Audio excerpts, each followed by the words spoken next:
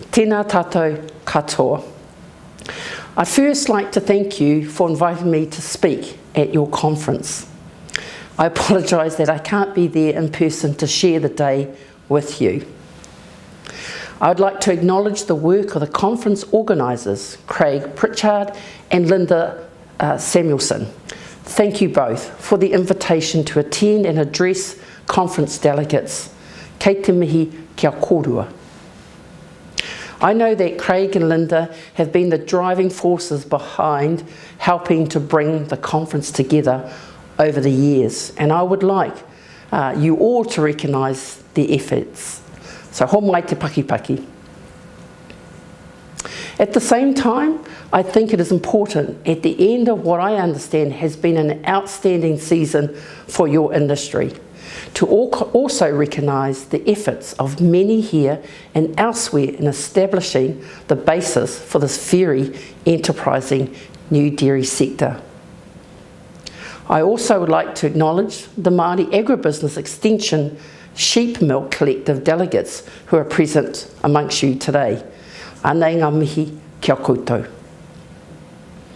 My portfolio responsibilities relevant to today are those related to my role as Associate Minister of Agriculture, where I am responsible for Māori agribusiness and animal welfare, both of which support the development of the sheep milk sector.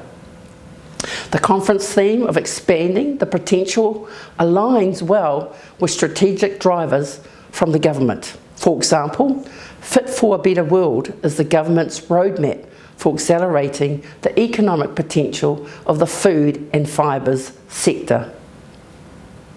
The Fit for a Better World roadmap has three themes: productivity, sustainability and inclusiveness. These themes are particularly relevant as the sheep dairy sector continues on its development pathway. Also relevant is one of the key principles underpinning this roadmap, which is to embrace the Māori concept of tai ao in our relationship with nature. This year's conference theme also reflects that New Zealand's dairy sheep population has grown rapidly in the last few years, increasing by 12% per annum since 2015. Fit for a Better World has a very strong emphasis on working in partnership with iwi Māori and industry to realise the gains projected in the roadmap. In the context of the sheep milk sector, this has manifested in the formation of the Māori Agribusiness Sheep Milk Collective, known as the Collective. The formation of the Collective talks to the theme for this session, which is new developments. The Collective is a new development to the sector, although some members, like Ōnuku Māori Lands Trust, are well known to you all. The Trust has just finished a very successful first season of milking, ka pai Ōnuku Māori Lands Trust. The Collective is made up of 20 Māori trusts covering approximately 25,000 hectares of whenua in and around the central North Island. The chair of the Collective, Mana Newton, is going to address you after me, so I will let him share their plans over the next 18 to 24 months with you. The Collective is funded by way of MPI's Māori Agribusiness Extension Program, and this program is designed to equip collectives of Māori landowners with the tools, support systems and information to use their whenua in a way that works for them and with the context of their specific kaupapa. The Collective has adopted Māori concepts into its way of working. For example, I understand it has adopted a tuakana teina approach to learning, where more experienced trusts are sharing their knowledge with emerging trusts or potential sheep dairy farmers. This will help to accelerate learnings and highlight and help solve barriers that others have previously experienced. So I congratulate the trusts that have come together to form the Collective and are exploring opportunities in this emerging sector.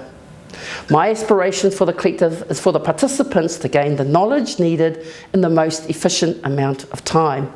The knowledge will enable investment and sustainable commerce to follow. Much of what I have just spoken about is based on establishing quality relationships between government and sector groups. Many of the enterprising groups and individuals involved in the sheep milk community have benefited significantly from government funds, support and expertise over the years. Indeed, the last 40 years of sheep dairying in Aotearoa, I think, can be read as a lesson in just how mutually supportive efforts by government and new sector businesses can be. If we cast our minds back more than 40 years, we can recall the enterprising work of a young math scientist by the name of Ken Ginty and his colleagues at Flock House. Through their collaboration, they raised awareness of the possibility of sheep dairying in Aotearoa and laid some scientific foundations for the sector.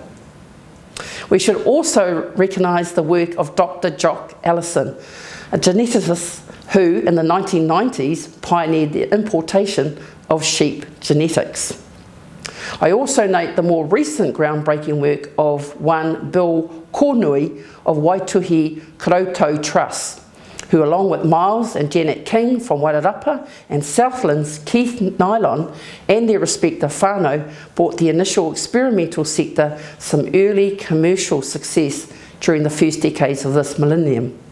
However, it was not until 2013-14 that the sector began to pick up pace, and on that note I want to acknowledge the inspiring work of Peter Gatley and Jake Chardin from Maui Milk, who worked closely with MPI staff to amend regulations for importing sheep genetic material.